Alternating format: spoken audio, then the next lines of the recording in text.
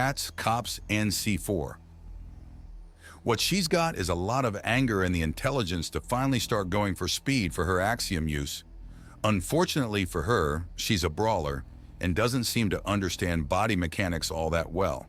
She overextends and he heel kicks the side of her knee with just enough force that between her own mass, the concrete, and his own mass and movement, there's a snap followed by a scream that's quickly drowned out by the sound of something from inside the broken prison. "Stay down for your own sake," he tells her before his communicator starts chirping at him and he brings it out. "Barnabas here.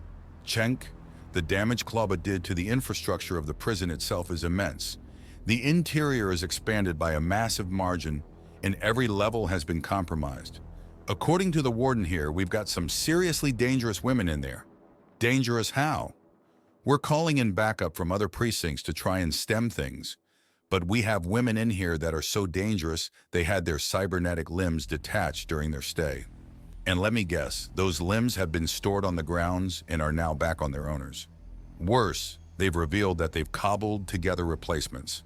Cenk, they're going big and are planning on leaving bodies on the way out. But that's not the worst of it. The lowest levels have rogue adepts in axiom restraining collars and tritite cells. If they're unleashed, the prison will be crushed like an empty drink can." "Then we need to go in. I'm calling in the big guns," Cenk says. "Understood," Linda says, and he nods before pressing an emergency button on his communicator. "Extreme danger, overrun prison with the inmates running around. High-level combatants in a limited time before they unleash lethal adepts. Backup required." Cenk's alert states and entire teams rush over to teleportation chambers. The air around him distorts, and then with solid smacking sounds, people start appearing in full contact gear. "Sync your communicators to the local police bandwidths. They've got the outside. We're going in." "Everyone form up behind us. We're the tip of the spear," Alpha orders, and everyone moves. "Officers, we're going in to pacify the rioters. Rules of engagement? Lethal force is authorized. Prioritize the safety of prison staff and keeping unreleased prisoners in their cells. Everything else can slide. These women have already killed dozens. Take them down," a voice responds.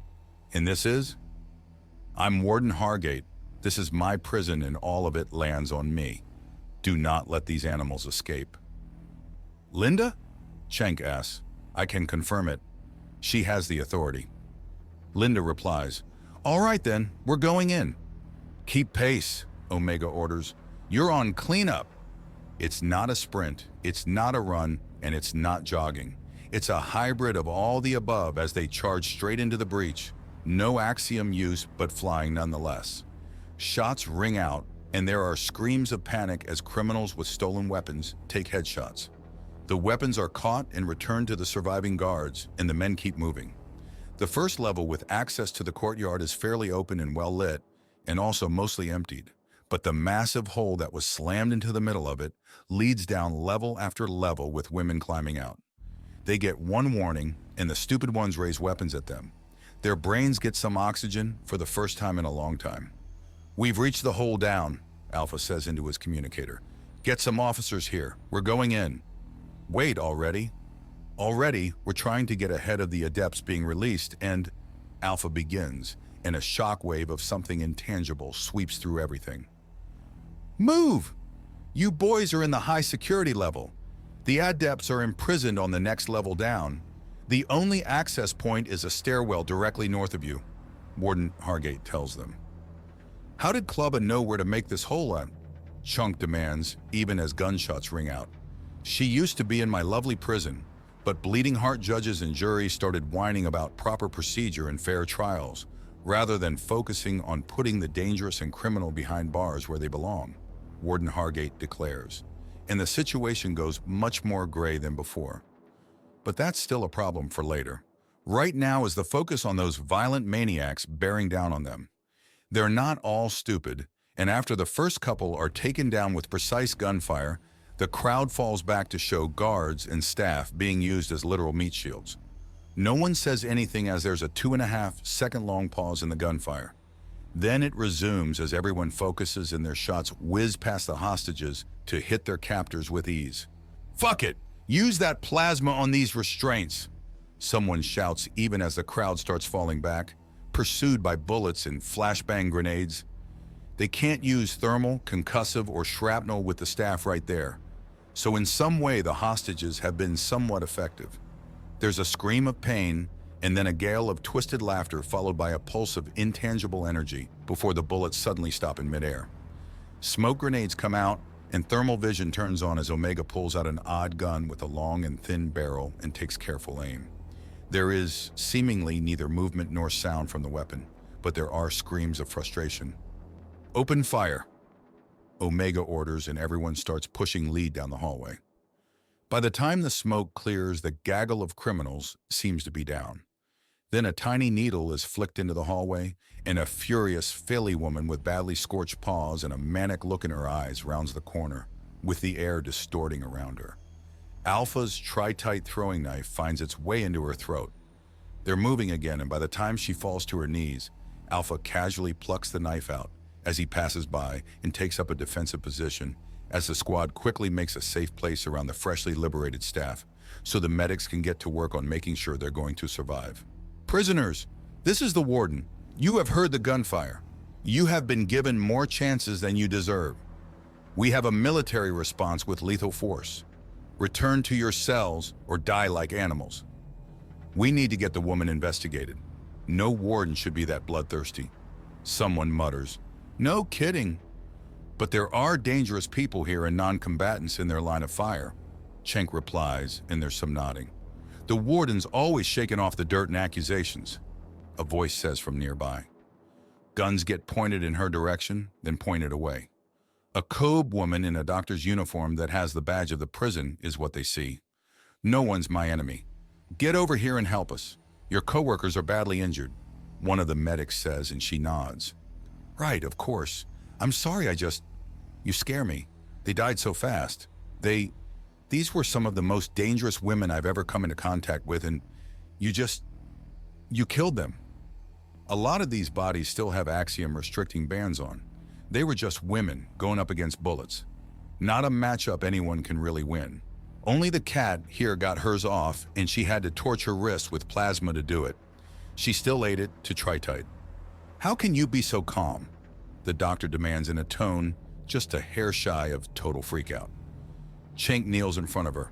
"We're trained for this. Now you need to take a deep breath. Hold it in for a count of 4, then let it out and breathe normally. Take control of yourself and rely on your training. Can you do that?" He asks her gently, and she pulls in a breath she holds, then slowly lets out in a clearly calmer state. He holds out a small card to her that she takes with a confused look. "Good woman. Now this is my contact number for later. If you want to talk about the warden, you bring it to me, and I'll take it right to the chief of my precinct.